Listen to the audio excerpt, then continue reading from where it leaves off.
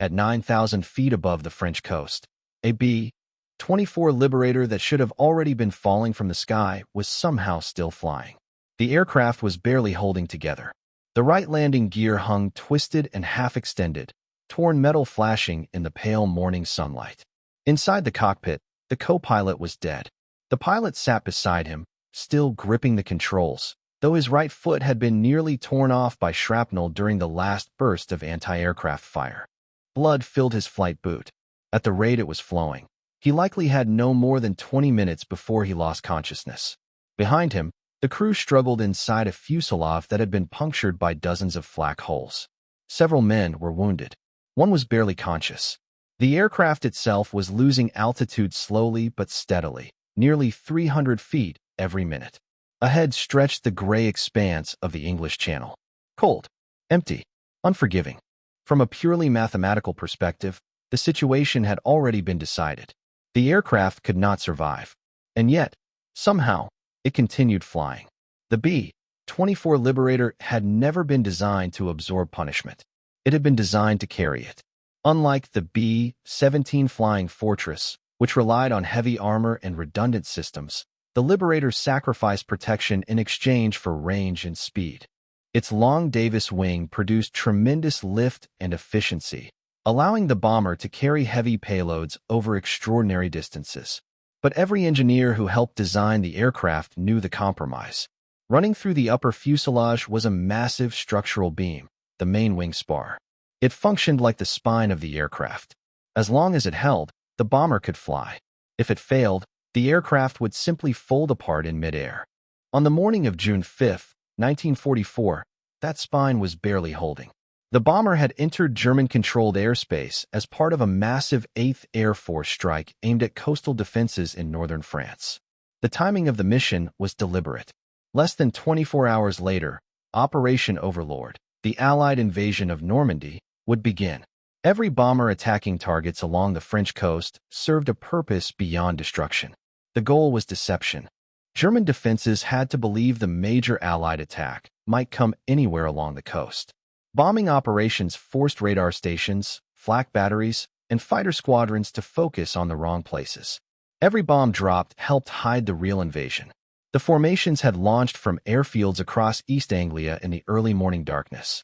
As they climbed toward operational altitude, contrails stitched long white lines across the sky. By the time they reached France, the bombers flew in carefully organized combat boxes designed to protect one another. In theory, any fighter approaching the formation would face a wall of 50 caliber machine guns. In practice, theory rarely survived combat. German anti-aircraft gunners had spent months studying American bomber routes. They understood the altitudes bombers preferred and the approach paths they used. Most importantly, they knew exactly when bombers were forced to fly straight and level during a bombing run. That was when they fired. The first flak bursts erupted below the formation before the aircraft even reached their target. Black explosions blossomed in the sky, throwing shards of steel through the air at lethal speeds. One bomber peeled away immediately, trailing smoke from a damaged engine. Another exploded outright when a shell ignited its bomb load. The Liberator, carrying Lieutenant Colonel Leon Robert Vance Jr., continued forward. Vance was not technically the pilot. He was the mission commander. As deputy commander of the 489th Bombardment Group, his responsibility was oversight rather than direct flight. He occupied the co-pilot's seat to observe the formation and coordinate the attack. The pilot, First Lieutenant Earl Carper, handled the controls. Carper was experienced and calm, focused on holding the aircraft steady during the final approach. 10 crew members worked in coordinated silence. The bombardier crouched in the nose compartment, adjusting the Norden bomb sight.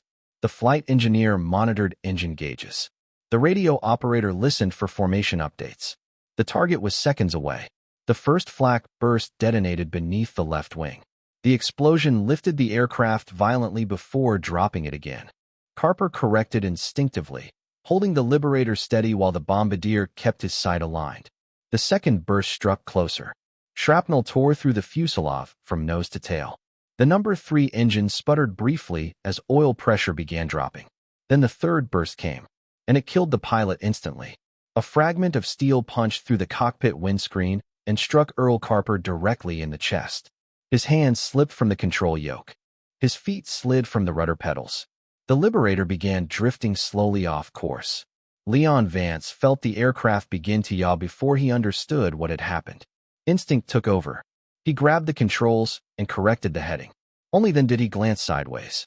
Carper's eyes were still open, but he was already gone. There was no time to react. The bombing run was not finished. The bombardiers still needed the aircraft steady. 30 seconds remained before bomb release. Vance made the first of several decisions that would determine whether anyone survived. He did not abort the mission.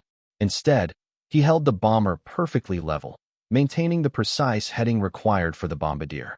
More flak bursts erupted around the formation. Another shell ripped through the bomb bay doors. Hydraulic lines were severed. Then the bombardier shouted, "Bombs away!" 4,000 pounds of bombs dropped toward the coastal defenses below. The Liberator suddenly grew lighter. Vance immediately began turning the crippled bomber back toward England. Only then did he realize he had been wounded. The same flak burst that killed Carper had also torn through the cockpit floor. Shrapnel had nearly severed Vance's right foot. Shock and adrenaline had masked the pain until now. Blood was already pooling inside his boot. But there was no time to think about that either. The number 3 engine was failing. The bomber was losing altitude, and 9 other men were depending on him. The English coast lay 90 miles away.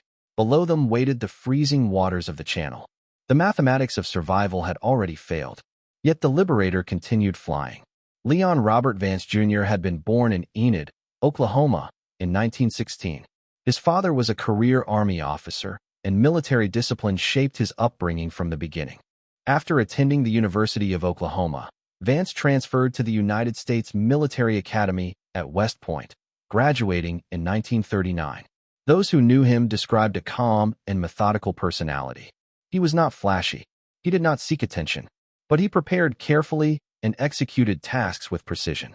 Those traits carried him into the rapidly expanding Army Air Corps. Flying, to Vance, was never an adventure. It was a craft, a system of procedures. By 1944, he had become deputy commander of the 489th Bombardment Group stationed in England. His job was to train crews, review missions, and make the small decisions that determined whether young airmen returned home. On the morning of June 5, 1944, all of that preparation was about to be tested. Inside the cockpit, Vance struggled to keep the Liberator steady. The bomber had lost hydraulic pressure. The landing gear was damaged. The bomb bay doors could not fully close. Drag increased with every passing minute. Then the flight engineer spoke again. The number 3 engine was dying. Vance gave the order to feather it. The propeller slowed and stopped. Now the bomber flew on 3 engines, and it was still losing altitude. The channel stretched endlessly below, and England was still far away. The flight engineer moved forward into the cockpit and took over throttle management, adjusting power on the remaining engines as Vance called out instructions. Behind them, the crew began redistributing themselves through the damaged aircraft, shifting weight where they could to help keep the Liberator balanced. Every man who could move was doing something useful. This was not heroism. It was training. Procedure adapted to catastrophe. The bomber continued westward, engines straining against the drag of torn metal and damaged systems. Altitude bled away slowly but relentlessly. The English coast was still 70 miles away. Fuel remained sufficient, for now. But fuel would not matter if the aircraft could not remain airborne long enough to reach land. Vance calculated their descent rate quickly. At the speed they were losing altitude, the Liberator would reach the water roughly 15 miles short of England. A ditching in the English Channel was survivable. Sometimes, but only if everything went exactly right. And very little about this aircraft was functioning correctly anymore.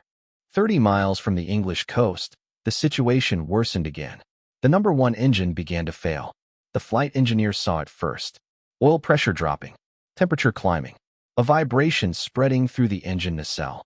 The bearings inside the engine were beginning to seize. Vance had seconds to decide. If the engine locked completely, the propeller would spin uselessly in the slipstream, creating massive drag that could pull the bomber downward even faster. But if he feathered the engine too soon, they would lose precious power. He gave the order immediately. Feather number 1. The propeller slowed, then stopped. Now the Liberator flew on only 2 engines. 2 engines. 70 miles of open water. 10 men aboard. Under perfect conditions, a B-24 could barely maintain altitude with only 2 engines operating. These were not perfect conditions. The bomb bay doors could not close. The damaged landing gear hung partially extended. Hydraulic systems were gone. Control cables were strained and damaged. The aircraft was full of holes. Optimal performance was no longer possible. The bomber was going into the water. The only remaining question was whether the crew would still be alive when it happened. Vance considered the options carefully. A controlled ditching was possible, but unlikely. The extended landing gear might catch the water unevenly and tear the aircraft apart. The weakened fuselage could break open on impact. Several crewmen were wounded. If the aircraft sank too quickly, they might not escape. There was another option. The crew could bail out over the channel. Air-sea rescue units patrolled these waters regularly. If the men parachuted close enough to England, rescue launches could reach them before the cold water killed them. But there was a problem. One crewman was too badly wounded to jump safely. A wounded man exiting a bomber risked striking the tail assembly. He could lose consciousness before his parachute opened. He might die before ever touching the water. Vance made the decision. He ordered the crew to bail out. He would remain with the aircraft. The logic was simple. If he stayed at the controls, he could keep the aircraft stable long enough for the others to jump safely. Once they were clear, he could attempt to ditch the aircraft near the English coast with the wounded man still aboard. The crew protested immediately. Leaving their commander behind violated every instinct they had. But Vance repeated the order, and there was no time left to argue. One by one, the able-bodied crew members moved toward the exits. The wind screamed through the torn fuselage. One by one, the men stepped into the open sky above the channel. Their parachutes blossomed in the gray morning air. The flight engineer was among the last to leave. Before he jumped, he looked once more toward the cockpit. At the blood on the floor. At the dead pilot beside the controls. At Vance, still gripping the yoke of a bomber that should no longer have been flying. Then he jumped. Now the Liberator was nearly empty. Inside remained only Vance and the badly wounded crewman. The aircraft continued, descending slowly toward the sea. The engine struggled. The channel waited below.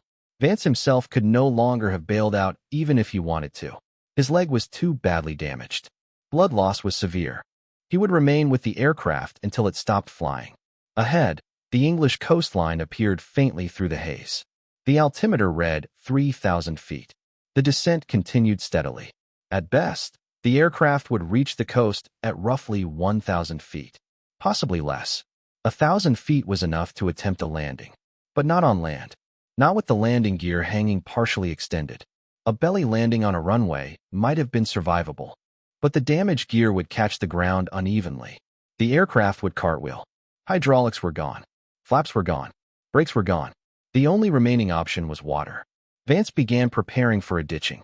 The channel that morning was gray and cold. Waves rolled steadily across the surface, not calm, but not violent either. If he could keep the wings level, if he could hold the nose slightly high, if the fuselage remained intact long enough, then maybe both men could survive. The Liberator crossed the English coastline at about 800 feet. Then Vance turned slightly back out over open water. He needed space to complete the ditching safely. Too close to shore risked striking hidden obstacles. Too far from shore meant slower rescue. He chose a patch of water that looked no different from any other. But in his exhausted mind it satisfied the final calculation of distance and probability. The aircraft descended toward the sea. The final approach was anything but smooth. The bomber was too damaged. The pilot too weak. But the Liberator remained under control. Vance held the nose high. He kept the wings level. The water rushed upward. Then the aircraft struck. The impact was brutal. The bomber slammed into the channel with tremendous force, throwing Vance forward against his harness. Water burst through the shattered fuselage. The nose dipped violently, then lifted, then settled again. For a moment, the bomber floated. Barely, but it was still afloat. And Vance was still conscious. He released his harness and tried to move. His right foot, what remained of it, was trapped in twisted wreckage inside the cockpit. The impact had driven metal deep into the already shattered limb. He pulled. The foot separated completely. No one witnessed the moment. But what happened next is known.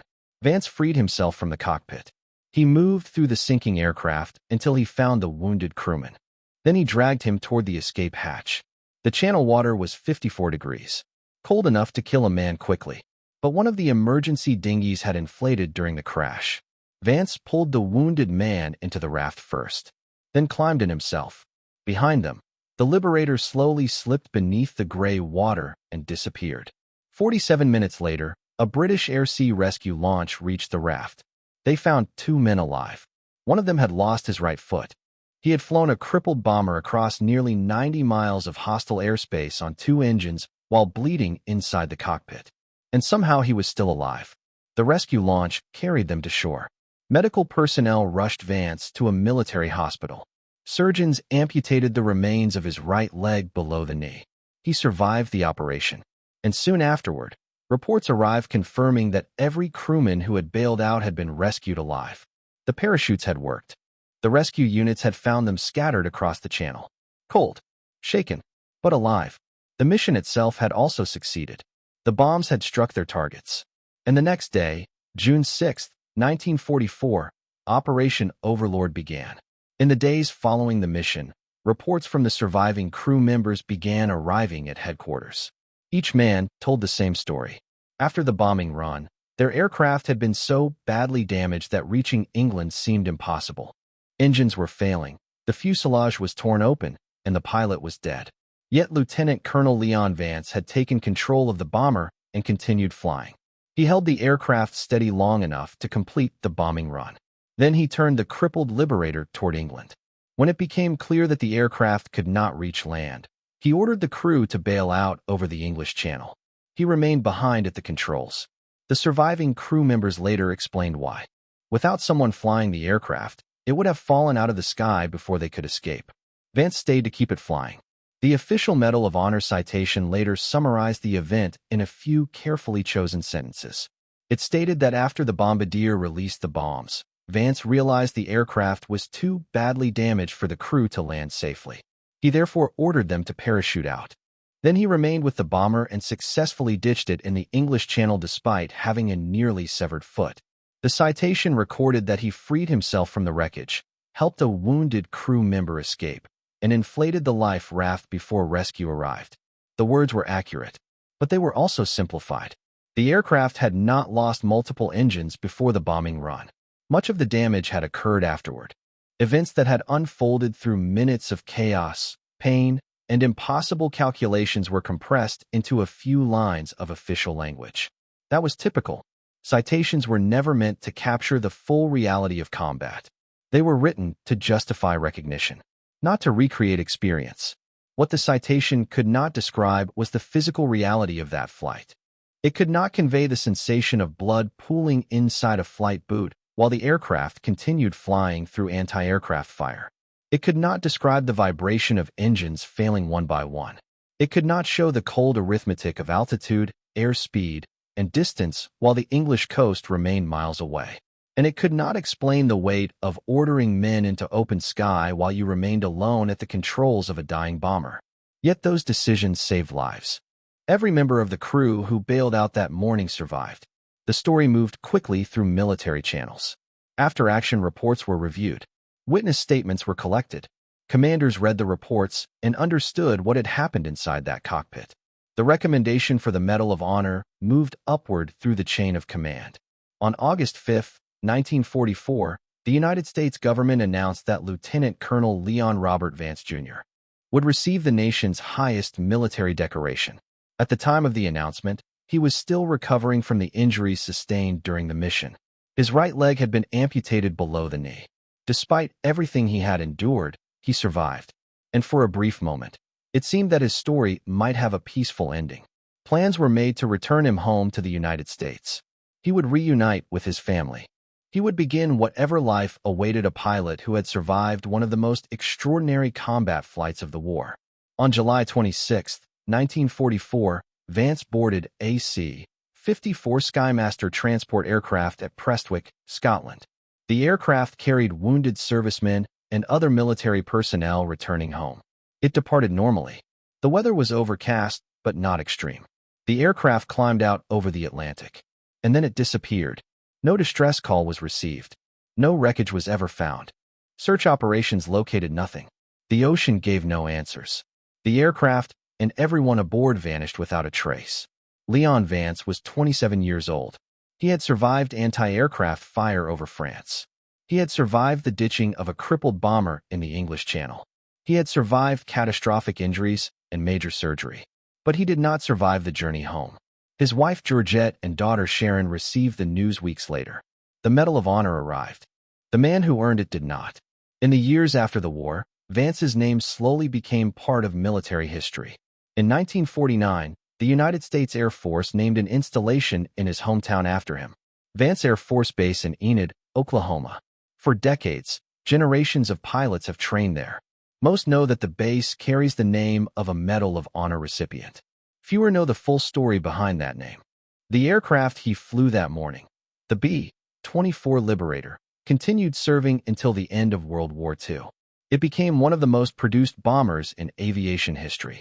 Yet among the men who flew it, the Liberator always carried a complicated reputation. Some crews respected its range and lifting power. Others feared its vulnerabilities. The long, narrow Davis wing that gave the bomber its performance also made it structurally sensitive. Damage that another aircraft might survive could be fatal to a Liberator. But on the morning of June 5, 1944, one B-24 refused to fall. History often remembers moments of heroism as sudden bursts of courage. But more often, they are the result of preparation. Habits learned in training. Procedures practiced until they become instinct.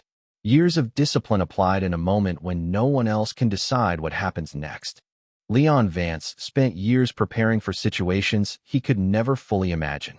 When that moment arrived, he did not act dramatically. He acted methodically. He used what he knew. He adapted when the rules no longer applied. And he kept flying. The German flak crews firing from the French coast could not have known what would happen afterward. They could not have known that their shells would kill one pilot and leave another man fighting to keep a bomber airborne with a shattered leg. They could not have known that 9 other men would live because of the decisions made in that cockpit. They could not have known that somewhere above the English Channel, a wounded officer was quietly bleeding while guiding a dying aircraft toward the water. In some versions of history, that is called heroism. In others, it is simply called duty. Among the men who flew those missions, it was often described in simpler terms. Doing the work. Leon Vance did the work. He never returned to explain it. He never grew old. He never had the chance to tell his daughter what those final hours in the cockpit felt like. Instead, he became a name carved into memorials, attached to an air base, and recorded in the history of a war that demanded more from its young pilots than anyone should ever have to give. That morning, the channel water was 54 degrees, cold enough to kill most men within minutes. Yet Vance survived it. He survived the bombing run. He survived the ditching. He survived the surgery. He even survived long enough to receive the nation's highest military honor. And then he vanished into the Atlantic sky. Some stories end with answers. This one ends with a name, and the knowledge that sometimes the only reason an aircraft stays in the air is because someone refuses to let go of the controls.